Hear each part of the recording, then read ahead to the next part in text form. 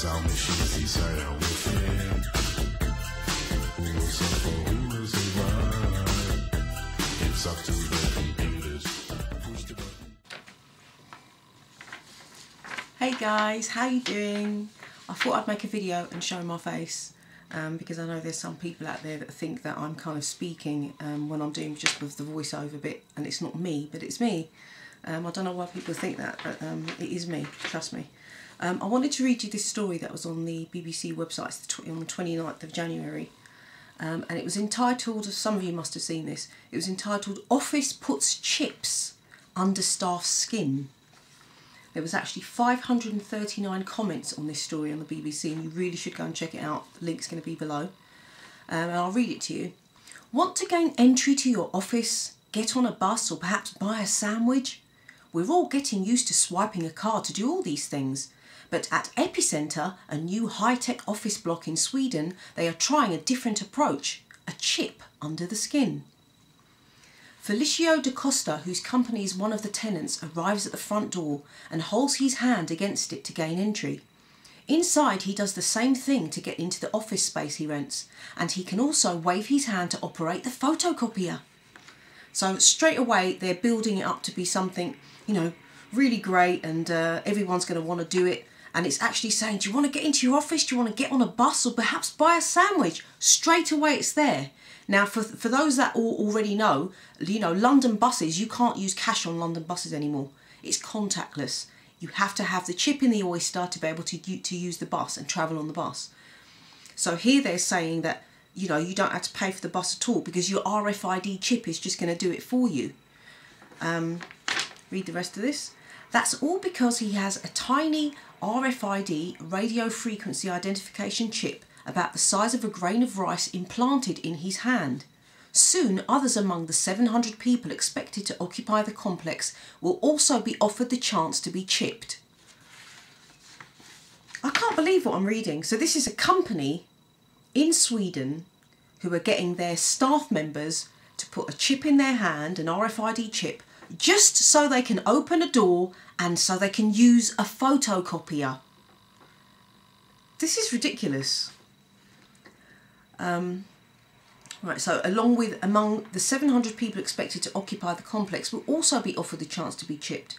Along with access to doors and photocopiers, they're promised further services in the longer run, including the ability to pay in the cafe with a touch of a hand. On the day of the building's official opening, the developer's chief executive was himself chipped live on stage.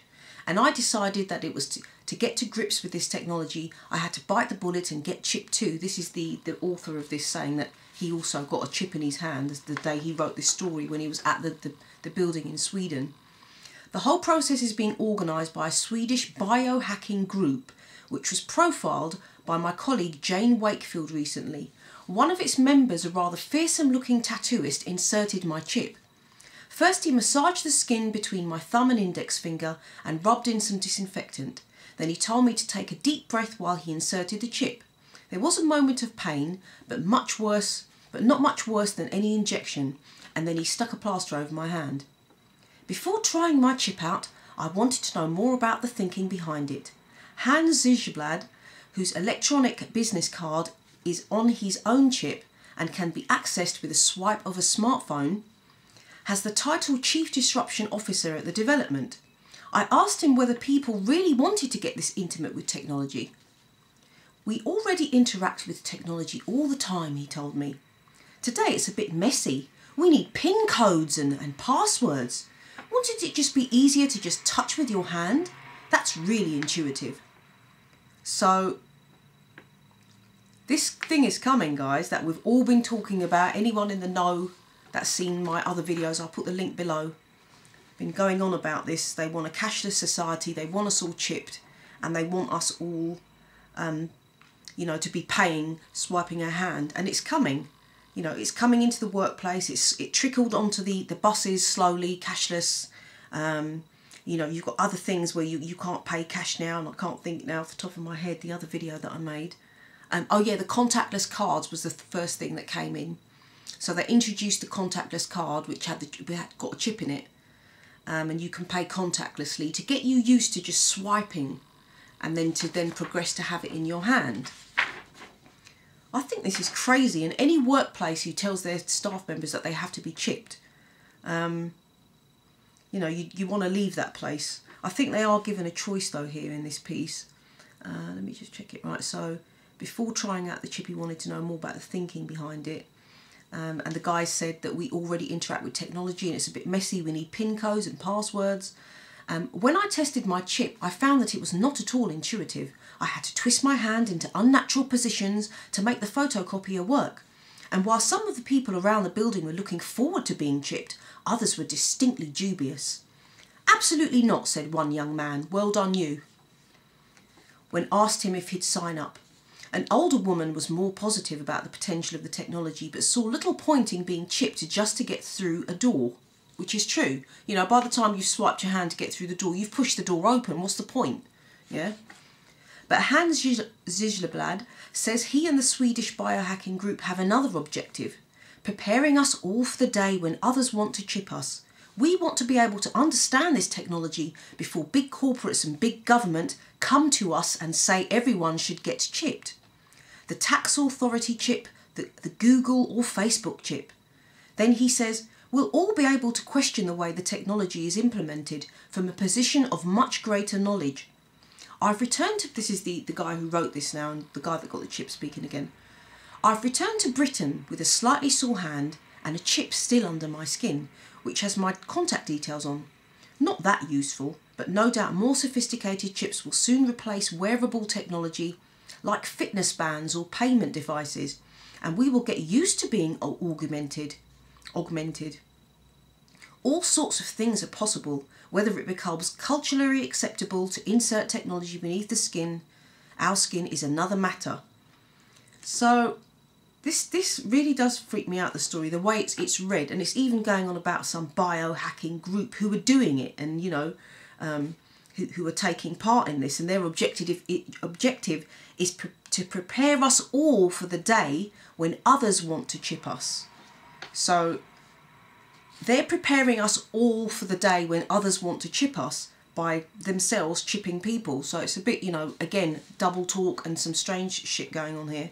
Trying to make out that some activist group is like, you know, wanting people to be chipped. But, you know, he's also saying about the tax authority chip, the Google or the Facebook chip. You know, they're going to start to bribe you because they want everybody to be chipped.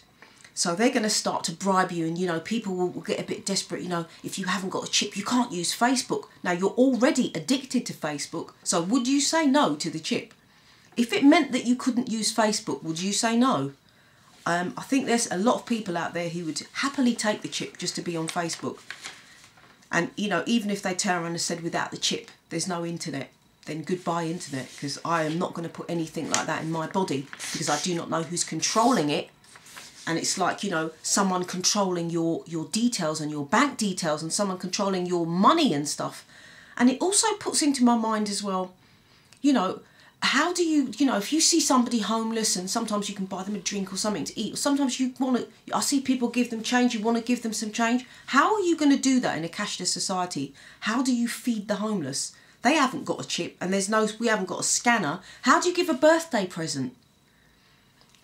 You know, it takes away a lot of stuff as well, and it takes away, I think it takes away a lot of our power, because someone will be in charge of that chip in our body, and someone will be able to activate it, and someone will be able to deactivate it if they want to. You know, it can, I see a lot of bad stuff coming up if this is going to be brought in, and if it's starting to come into the workplace, then, you know, it's on the buses, it's cashless on the buses. Mate, if they start creeping it into the shops, it's going to be cashless. And it's only going to be contactless. And I did say that if that does happen, there'll be a lot of crimes, because people will be stealing other people's cards just to go and make payments themselves. But that's what the government wants, to then be able to say it would be safer for everyone to have the chip in their hand, and it would just make everything safer. And they're going to use safety, safety, safety. If you've got a chip in your hand, we can read your medical details. If you've got a chip in your hand, we'll be able to find you if you get lost. You know, there's going to be all these things they're going to be doing to bribe you into taking it, into having this chip in your body. But like I said, I am not going to put anything in my body that I don't know who is controlling it. Don't accept the chip. Stay away from Big Pharma. If you caught my video yesterday about the case study that they did where 797 people actually had dementia after taking over-the-counter drugs for 3 years.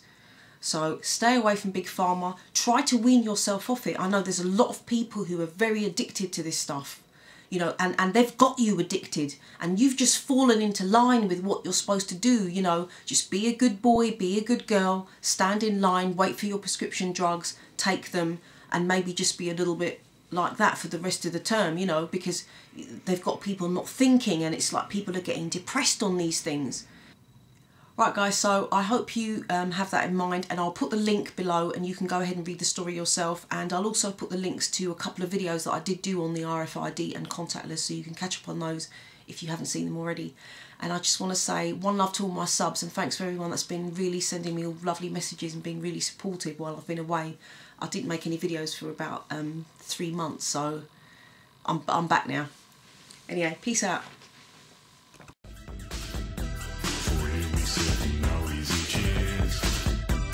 As our machines desire